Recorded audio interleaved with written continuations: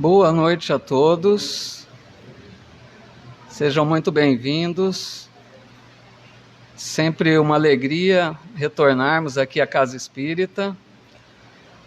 Agradeço muito o convite do amigo Carlos Medeiros, que nos convidou para estarmos aqui hoje. Agradecemos também a USE Intermunicipal, que está à frente aí das transmissões das palestras, né, pelas redes sociais. Então vamos iniciando, como sempre fazemos, buscando um contato maior com a espiritualidade amiga, rogando a Deus as suas bênçãos, para que nós todos possamos aproveitar esses momentos que estivermos aqui juntos. Abençoa, Jesus, este nosso encontro aqui hoje na Casa Espírita. Permita, Senhor, que nós, cada um de nós, estejamos com os nossos corações e as nossas mentes abertas ao amparo e ao auxílio que esses amigos espirituais nos oferecem todas as vezes que aqui chegamos. Que todos nós possamos receber dessas bênçãos, possamos nos inspirar pelos bons pensamentos que nos chegam, possamos fortalecermos-nos com as boas vibrações do ambiente e ao retornarmos aos nossos lares, possamos levar dessa paz que aqui recebemos. Em Teu nome, Jesus, iniciamos a reunião da noite. O nosso tema de hoje é sobre o reino de Deus. Quero destacar de início uma fala do profeta Isaías, que foi registrada por Mateus no seu Evangelho, capítulo 4, versículos 16 e 17. Lembrando que o profeta Isaías foi daqueles profetas messiânicos, de maior importância, que fizeram profecias a respeito da vinda de Jesus à Terra.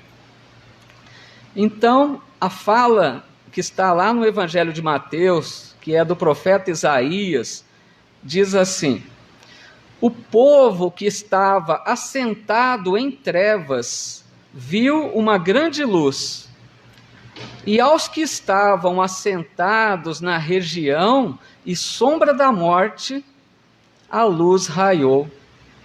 Desde então, começou Jesus a pregar e a dizer: arrependei-vos, porque é chegado o reino dos céus.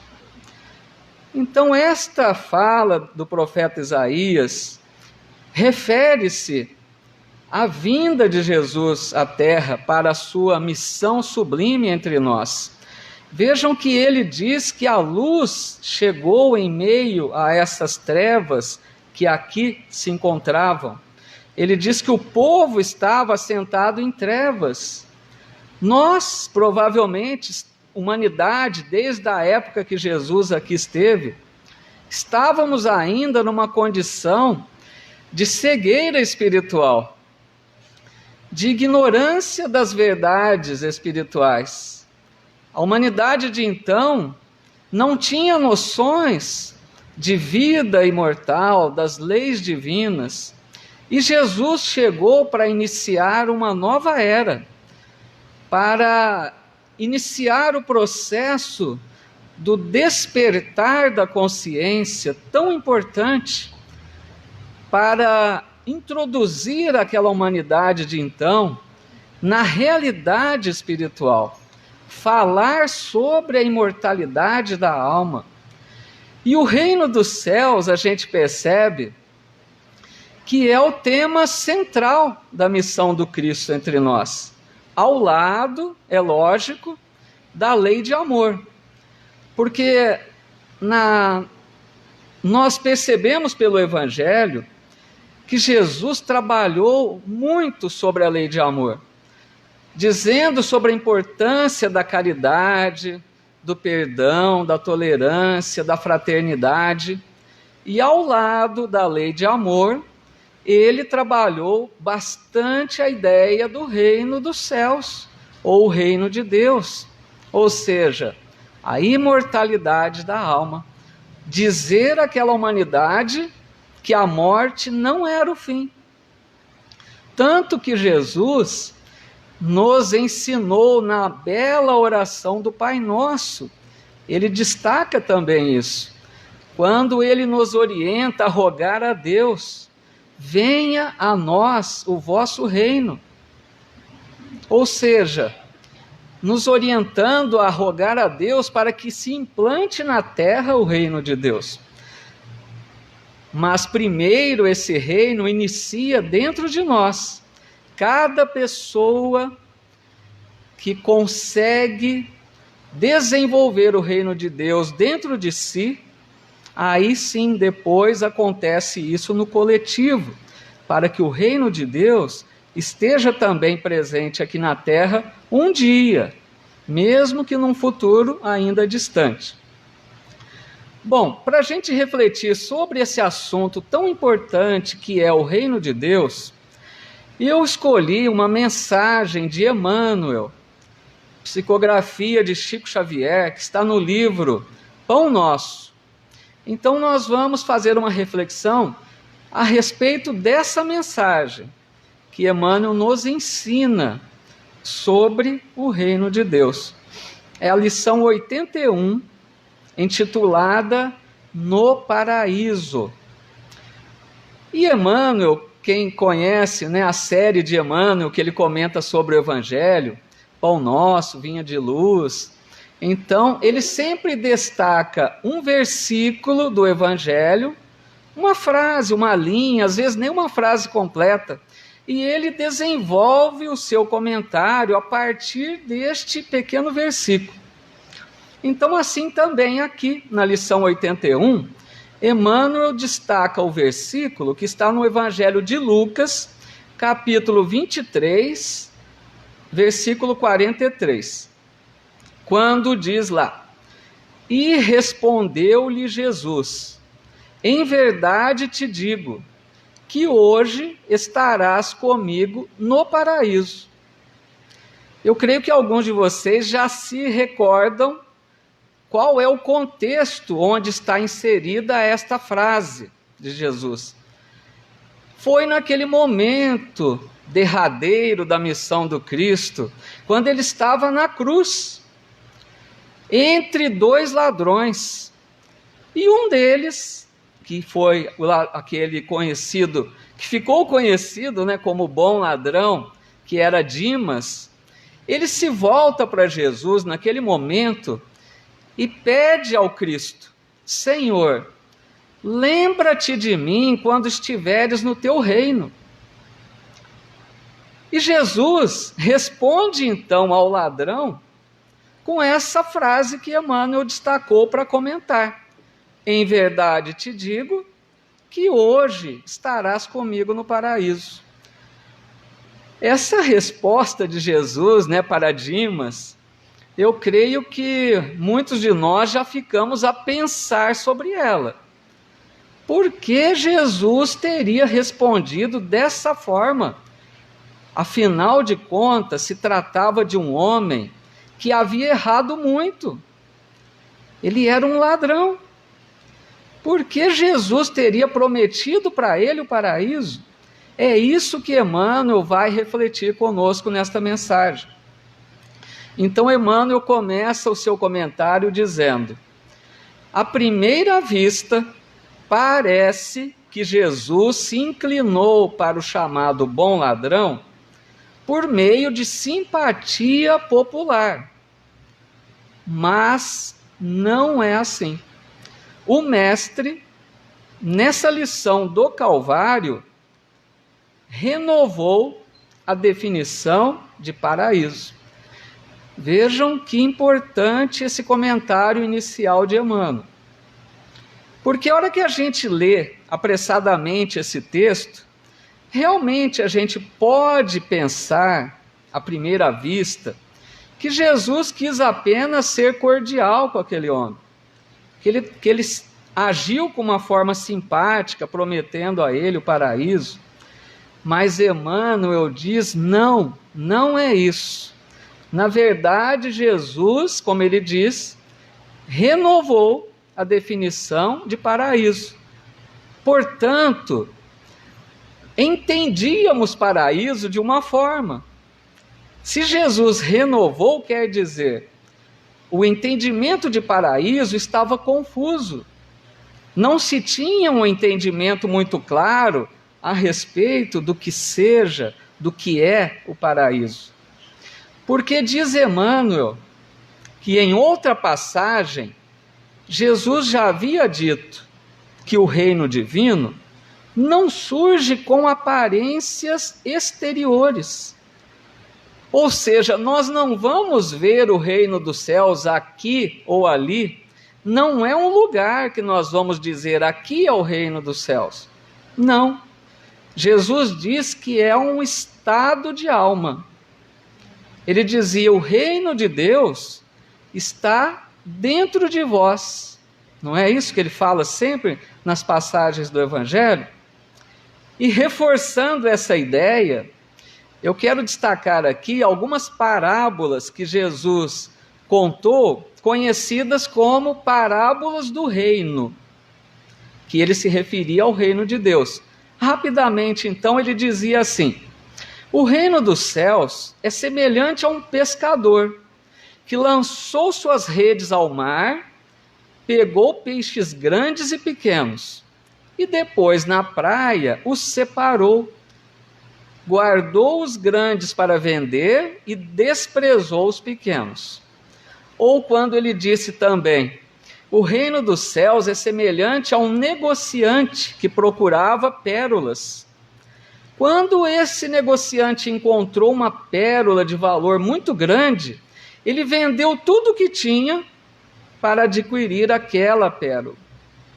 Ou quando ele disse também, o reino dos céus é semelhante a um tesouro escondido no campo, que aquele homem que percebe o valor daquele tesouro, vende tudo o que tem e compra aquele terreno.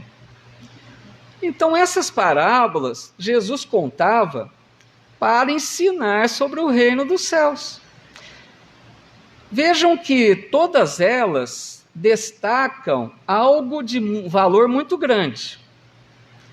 A primeira destaca a importância dos peixes grandes.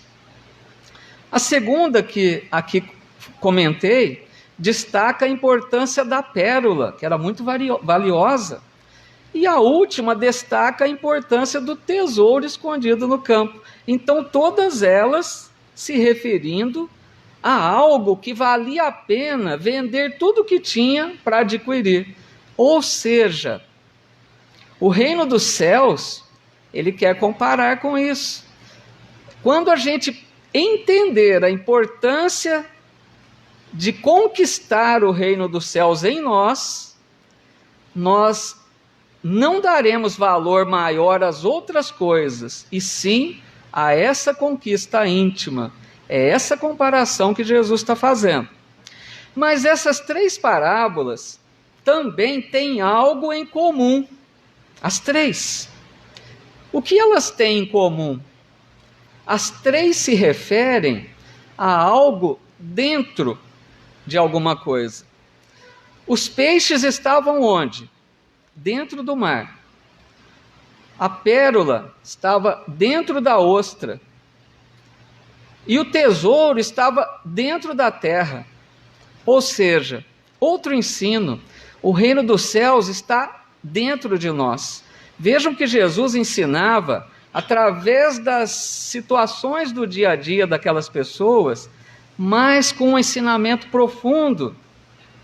Continua Emmanuel, então, o seu comentário, referindo-se agora ao reino de Deus. Ele diz, o reino inicia-se, desenvolve-se e consolida-se em resplendores eternos no imo do coração. Vejam que Emmanuel destaca aqui um processo contínuo para a conquista do reino dos céus. Ele está dizendo que esse reino vai começar, vai se desenvolver e vai se consolidar em algum momento. Então, percebam que nós todos estamos nesse processo de desenvolvimento do reino dos céus em nós, porque nós já iniciamos esse processo. E a cada nova reencarnação, a gente vai desenvolvendo em nós essa conquista do reino, que é uma transformação que nós vamos fazendo.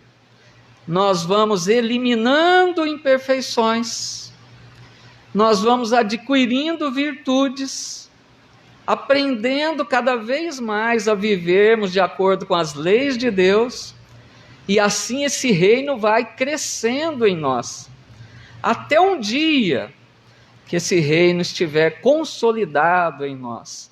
Quando estivermos lá na frente, né, aqueles espíritos puros que já vivem, né, junto de Deus, são os ministros de Deus.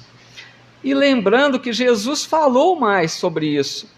Ele disse a Nicodemos: ninguém poderá ver o reino de Deus se não nascer de novo. Deixou claro, precisamos reencarnar inúmeras vezes para que esse reino possa estar consolidado em nós. Continua Emmanuel: naquela hora, na cruz, de sacrifício culminante, o bom ladrão rendeu-se incondicionalmente a Jesus Cristo. Vejam que maravilha esse momento. Imagine aquele homem naquela hora na cruz, que se ele olhasse para trás, ele veria uma vida de erros. Quanto que ele deveria estar arrependido de ter agido tão mal.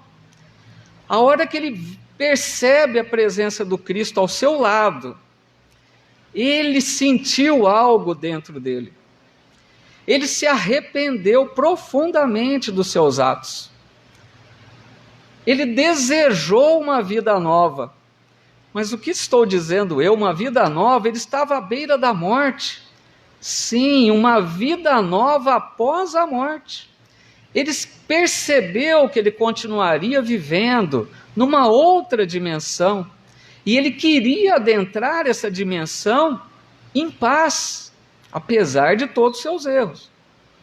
E Jesus percebeu a verdade nas palavras daquele homem quando ele pediu: lembra-te de mim, Senhor. Jesus viu que ele estava sendo sincero, ele foi tocado pelo Cristo. E esse momento foi decisivo na vida desse homem. Continua Emmanuel: o leitor do Evangelho não se informa com respeito aos porfiados trabalhos e às responsabilidades novas que lhe pesariam nos ombros, de modo a cimentar a união com o Salvador. Vejam, muito claro, Jesus não eximiu aquele homem da reparação necessária. Jesus promete a ele o paraíso naquela hora, mas ele teria que reparar os seus erros. Ele precisaria reencarnar muitas vezes para expiar as suas faltas daquela reencarnação que ele foi mal sucedido. Pesariam em seus ombros, como diz aqui, responsabilidades novas, e dependeria de como ele iria se portar nessas novas reencarnações para ele cimentar a união com o Salvador. Ou seja, se ele nas próximas reencarnações agisse da mesma forma como ele estava decidido a agir naquela hora, renovando sua vida, aí ele consolidaria a sua união com as esferas mais altas. Porque a transformação íntima era só o primeiro passo.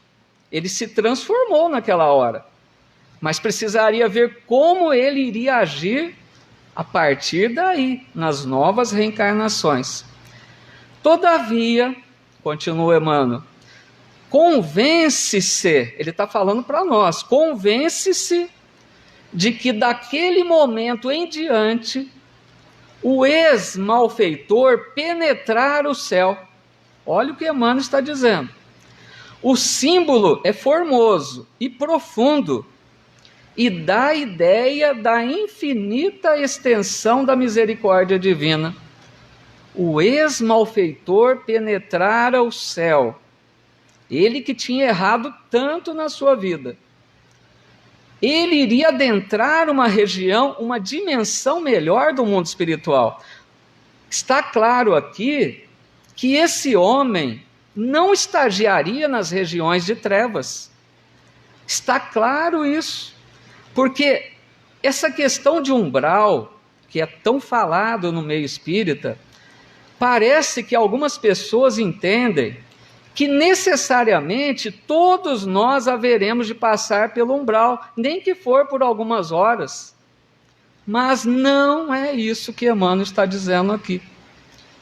Aquele homem que errou tanto, ele não necessitava dessas regiões de depuração da alma, porque naquele momento ele estava bem, não estava isento das reparações, mas naquele momento ele ia adentrar uma região melhor do mundo espiritual, entre aspas, o paraíso. Então aqui fica muito claro, e para reforçar essa ideia, quem quiser ver depois, ou se já leu também, vai se lembrar, do livro Sexo e Destino, de André Luiz.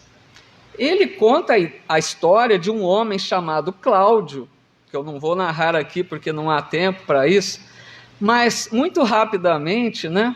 Esse personagem Cláudio foi um homem que errou muito durante a sua existência carnal. Ele prejudicou seriamente a própria filha, quem quiser depois conferir a história. Ele errou muito, mas um pouco tempo antes desse homem desencarnar, ele teve a felicidade de receber em suas mãos um exemplar do Evangelho segundo o Espiritismo. E aquele homem que já estava num momento de início de uma transformação, arrependido já pelas suas ações infelizes, já estava pesando na sua mente tudo aquilo. Ele leu esse livro avidamente e ele começou a reformular as suas ideias, ele começou a repensar a sua vida, ele foi se arrependendo de tudo que ele havia feito e ele sentiu também dentro de si essa transformação verdadeira. E acreditem, está lá no livro, quando esse homem desencarna, ele não vai para as regiões de umbral, ele vai para a colônia de Nosso Lar, e ainda consegue uma autorização para velar pela família durante um período de tempo, para a gente perceber a importância, como diz aqui Emmanuel, da extensão da divina misericórdia. É a misericórdia de Deus, porque naturalmente a gente poderia pensar, quem errou tanto vai ter que passar pelas regiões de trevas, pelo umbral, mas não, a misericórdia de Deus nos concede essa bênção. Se no último momento da sua vida você se arrepender verdadeiramente, não é que você vai estar livre dos seus erros, deixa bem claro isso, não é aquela ideia de esquece o passado, não, mas se naquele momento você estiver em paz, com a consciência, pelo arrependimento, pela transformação íntima, segue numa região melhor, mas programa-se o seu retorno para depois, nas novas reencarnações, viver de forma diferente, de tal modo a reparar o passado de erros.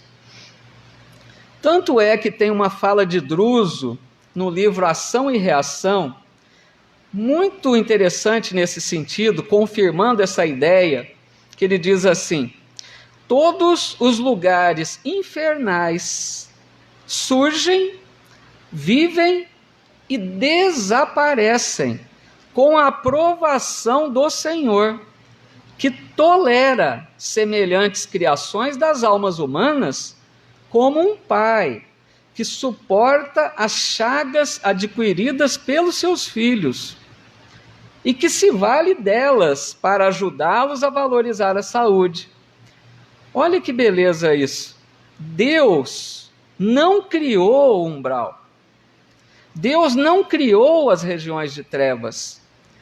Deus permite que nós, criaturas que em determinado momento da vida estamos com a mente em desequilíbrio, nós criamos com as nossas mentes enfermas essas regiões de dor. Então o umbral é criação nossa. No momento do desencarne, as mentes desequilibradas criam, e Deus permite, e se vale dessas dimensões de dor para que nós possamos valorizar a saúde. Mas vejam que Druso diz que esses lugares surgem, vivem e desaparecem. Por quê? Porque quando a Terra estiver com uma humanidade redimida, quando nós, habitantes do planeta, estivermos vivendo em sintonia com a lei de amor, não vai ter necessidade de regiões de trevas, porque nós não precisaremos mais delas. Essas regiões são apenas para nos ajudar a depurar, a transformarmos os nossos sentimentos, as nossas sensações ruins, para avançarmos. E agora Emmanuel traz para a nossa realidade, porque ele falou de Dimas. Aí ele diz assim: podemos apresentar-nos com volumosa bagagem de débitos do passado escuro ante a verdade, mas desde o instante em que nos rendemos aos desígnios do Senhor, aceitando sinceramente o dever da própria regeneração, avançamos para a região espiritual diferente, onde todo jugo é suave e todo fardo é leve. Portanto, em qualquer momento da nossa vida que nós sentimos esse início de despertar da consciência, que nós passamos a reconhecer o quanto nós já erramos, e quando nós temos essa vontade de sermos alguém melhor, que esse desejo está forte em nós, e se nós, como diz aqui Emmanuel, aceitamos o dever da própria regeneração, ou seja, aceitamos que é preciso reparar, é preciso enfrentar às vezes expiações difíceis, é preciso enfrentar o sofrimento e a dor com resignação. Chegado a essa altura, diz Emmanuel, o espírito endividado não permanecerá em falsa atitude beatífica, reconhecendo acima de tudo que com Jesus o sofrimento é retificação e as cruzes são claridades sublimes. Quando a gente chega nesse ponto de compreendermos que se nós sofremos, tem um motivo para isso, que a misericórdia divina não ia permitir uma dor desnecessária na vida. Quando a gente compreende que o sofrimento é retificação, e as cruzes, ou seja, as nossas dificuldades, as nossas vicissitudes da vida são claridades imortais. Nós vamos adquirir luz espiritual se nós bem nos conduzirmos diante dessas situações difíceis da vida. Finaliza então Emmanuel. Eis o motivo pelo qual o bom ladrão naquela mesma hora ingressou nas excelsitudes do paraíso. E assim a gente compreende quando Jesus disse: hoje estarás comigo no paraíso. Nenhum favorecimento, nada de simpatia, mas transformação verdadeira daquele homem. Eu quero então agora encerrar com um poema que eu achei muito de acordo com essa ideia, né, do reino de Deus que a gente está desenvolvendo em nós, essa caminhada nossa nessa trajetória evolutiva. Eu achei um poema muito belo que nos faz pensar e sentir a beleza desse poema, que nos motiva a buscarmos essa conquista do reino dentro de nós. Está no livro Caridade, psicografia de Chico Xavier, chama Na Jornada da Luz. Diz assim Casimiro Cunha: no caminho de fé viva, sob a luz que nos governa, não deixes de entesourar as bênçãos da vida eterna. Toda fortuna terrena em grandes teres e bens começa devagarinho em diminutos vinténs. Assim também, vida afora, as graças e os dons divinos principiam levemente nos serviços pequeninos. Um sorriso de bondade no espinheiro da aflição descobre fontes sublimes de paz e consolação. Uma gota de remédio, um bolo, um caldo, uma flor, no copo da humanidade, são sementeiras de amor. Um livro que nos melhore e nos ensine a pensar, é luz acesa brilhando no rumo do eterno lar. Uma visita fraterna que reconforte e que ajude, faz milagres de esperança e estímulos de saúde. Um gesto de caridade apaga muitas feridas. Um minuto de evangelho pode salvar muitas vidas. O silêncio generoso da desculpa de um momento pode evitar muitos anos de conflitos e sofrimento. De gota d'água o ribeiro é a doce e clara união. De segundos faz-se o tempo, de migalhas faz-se o pão. Quem se propõe atingir virtude, glória,